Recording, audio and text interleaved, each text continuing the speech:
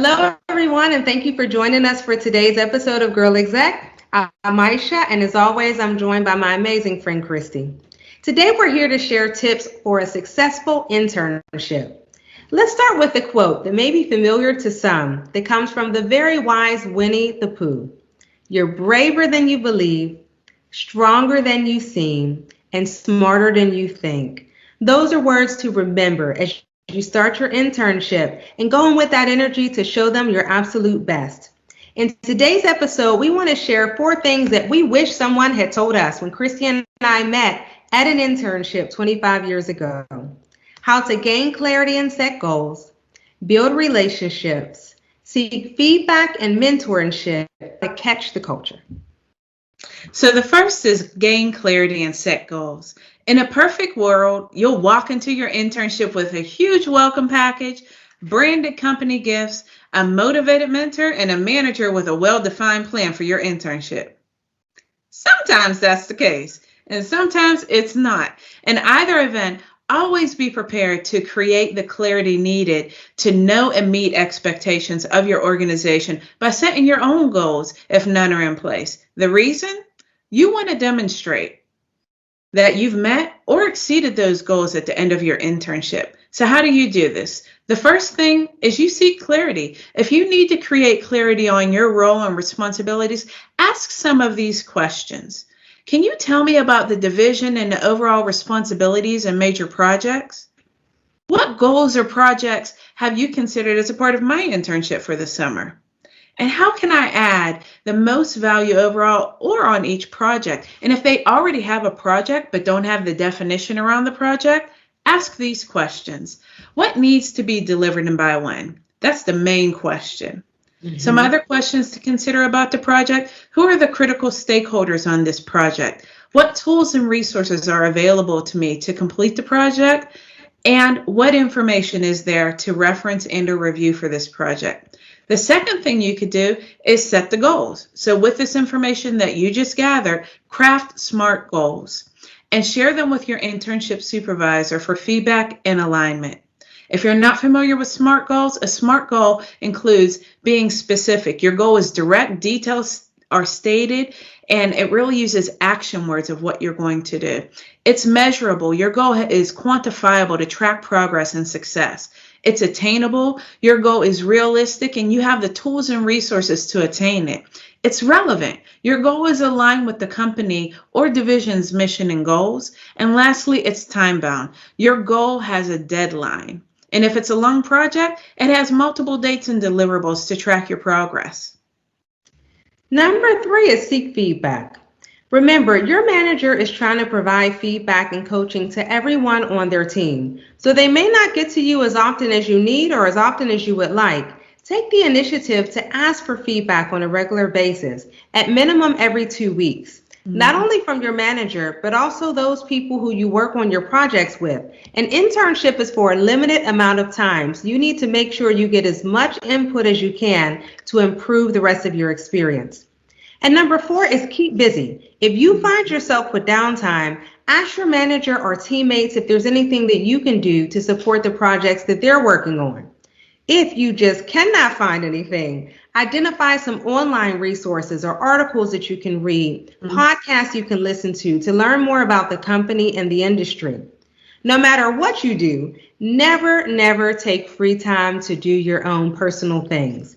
When you show this initiative, you demonstrate to them your commitment, your excellence, your high performance, and you set yourself up to be invited back for another opportunity. Absolutely. The next tip is build relationships. Relationships are the currency of life. There's no question about that. First, initiate a time to connect. Ask someone out for coffee. And if you're in person, buy the coffee. If you're virtual, ask them to a virtual cup of coffee so they know that the purpose is just to get acquainted and catch up. Second part of building relationships is learn about them. Be authentic, ask questions. Yes, we're at work, but we're humans. If you're nervous on how to keep the conversation flowing, plan a few standard questions that you ask everyone at the beginning. Here are a few to consider. Tell me about your career leading up to your time with this company and in this role. What do you love most about your role?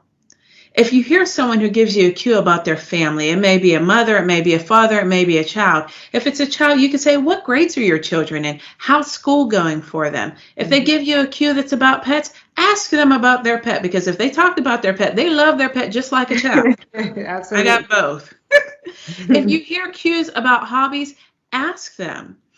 You never know. You may have someone who has a crazy cool hobby. They may be an undercover chef or yogi. Absolutely. Listen, people love their pets, and we always learn in internship programs. People love to talk about themselves. So those questions you mentioned, Kristy, really opens up the door for them to be energized about the conversation. When you're done, write thank you notes. If you're in person, write a handwritten note. I know it sounds old school, but you will absolutely stand out for taking that extra step. If you say, well, what do I say? Personally, there's 3 simple parts that I put in my thank you notes. Number 1, thank you for X. Maybe it was your support on a project or the opportunity to work on a project. Number 2, express something personally that you appreciated about them. I really love the way that you take time to really teach people what to do. And number 3, with the well wishes, I wish you continued success in the future. And talking about that future, stay in touch. Identify 3 to 5 people who you want to stay in touch with following your internship. They could be people who you just naturally clicked with and connected with in the internship, and that's great.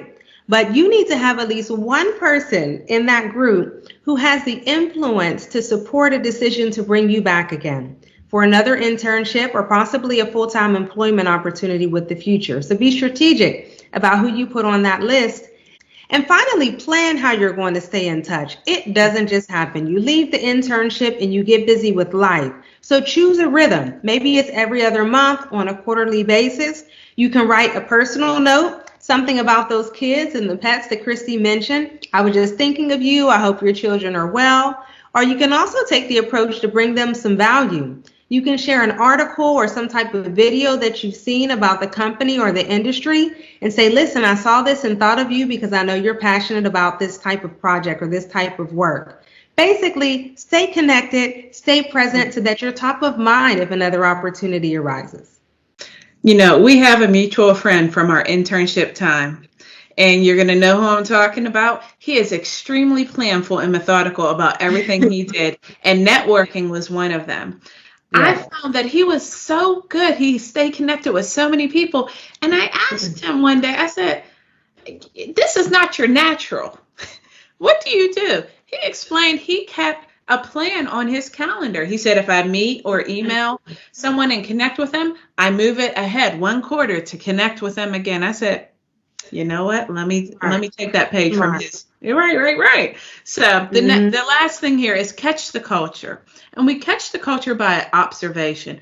Observe how people are interacting. Is it formal, less formal, or differing based on the hierarchy of the organization? Consider what you observe, who you are, and determine the best way to acclimate to the culture. Next, observe how people communicate in email. The last thing we want to do is email like we text. It's very common. I've done it myself. But when you're in an internship, you want to make the best first impression. Yes. So I would say from an email, until you know what the culture is like, always have a greeting, always have complete sentences, always have good grammar and punctuation. Absolutely. And the last thing about catching the culture is, or the next to last thing is, observe how people dress. I have a friend, he has been in a remote role for almost 3 years. And one day I saw him show up to go to a meeting in a hoodie. And I looked and I said, wait a minute, you're going to a meeting next? He said, oh, yeah, I'm just meeting with my team. You know, we all dress down. But then what I learned is when he's meeting with someone outside of his team, you know, he's ready from the top up. He's Zoom ready, as a lot of people say right now. And that may be true for you. So understand what the culture is like. And if you have extremes like him of a hoodie to a fully dressed appropriately, always lean towards, at minimum, business professional. Lastly, seek guidance on company culture and protocol. Ask your manager, ask a mentor about the company culture and what you should consider. If there's any information you could review that's online about the organization, or any policies that you should know of that really connects to it. Chris, I really enjoyed this conversation because, again, this is how we met. Congratulations to those watching on landing your internship opportunity. Yes. We hope that today's tips help you to make the most of it. And please share GirlExec with other young professionals who can benefit. Subscribe. Yes. Conversations to enrich your career and life.